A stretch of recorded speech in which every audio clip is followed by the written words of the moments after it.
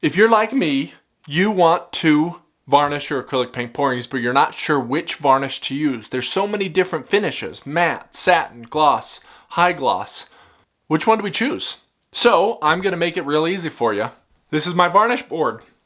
All I did was take a painting that I liked but didn't like enough to sell, and that had some imperfections, different colors that I got on it, and I taped the middle, 2 pieces of frog tape, and then I applied varnish to each section in the different types. High gloss here, gloss, matte, and satin, so that anytime I go to finish my painting, for example, this one I did last week, I can grab this, say, okay, how is this going to look with high gloss?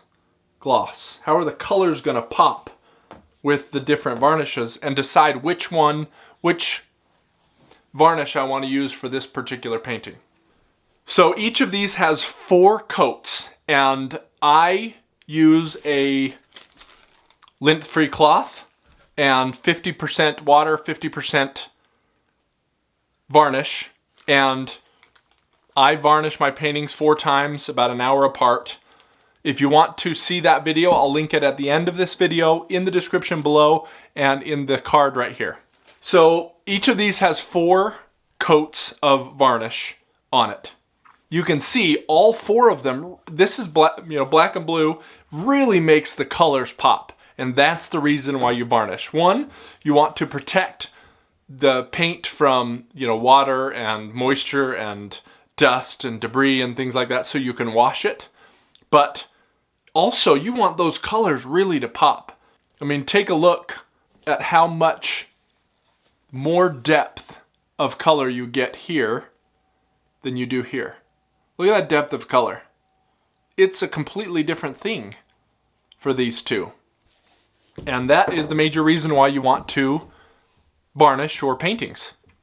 Now I want to show you, if I can here with the light, how light reflects off of each of these varnishes, because really the important thing when you're displaying your art is where the light's going to come from, how it's going to hit your piece, and how it's going to reflect off your piece. So I actually put these in order of brilliance. So high gloss is best, gloss is next. At least in Liquitex, the matte is not very glossy, but more glossy than satin. Satin actually has the least amount of gloss. So I'll show you here. Here's my high gloss, lots of reflection. Here's my gloss, a little bit less reflection. One difference between these 2 is the high gloss looks a little bit plasticky, and the gloss is just really shiny. I don't feel like it has a plasticky look. And I'm gonna flip these because it's easier. And then here's my satin. It still has a little bit of shine, but not a huge amount. And then here's my matte. Look how much shine that has.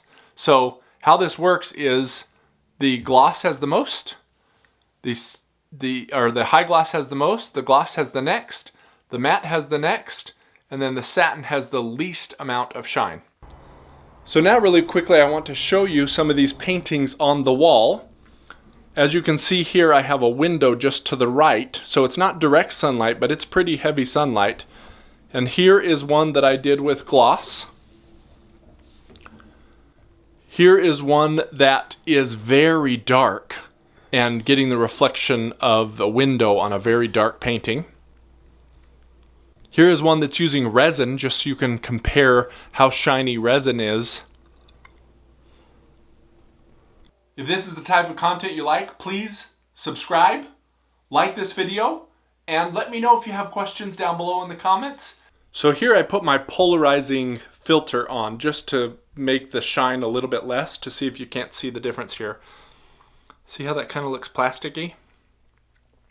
That's one of the reasons why, except for some very specific circumstances, I don't use high gloss. Now here's gloss. I think it gives a nice shine, and this is my go-to. Here's the matte. A little bit less shine. It still has quite a bit. And then satin has the least amount of shine. See how that center light doesn't look near as bright, but it has the least amount of shine, and you can really see the difference here. See those 2? See how muted that is? So my favorites for these, when they have a direct source of sunlight, is satin. But if there's only indirect light, I like to have the gloss because I really like how those colors pop. Right, so here's another angle of how this looks with my light boxes. But you can see if I put the light there, all four of these make this color look so much better than the dull color of the middle section. Everything really pops when you give it some good light. See right there? So I highly recommend, 1, to protect your paintings, 2, to really make your colors pop, definitely varnish your paintings. So here is how I varnish my paintings. Definitely take a look at the video. It's by far the easiest way I have found to varnish without any brush marks and getting a nice, smooth, consistent finish.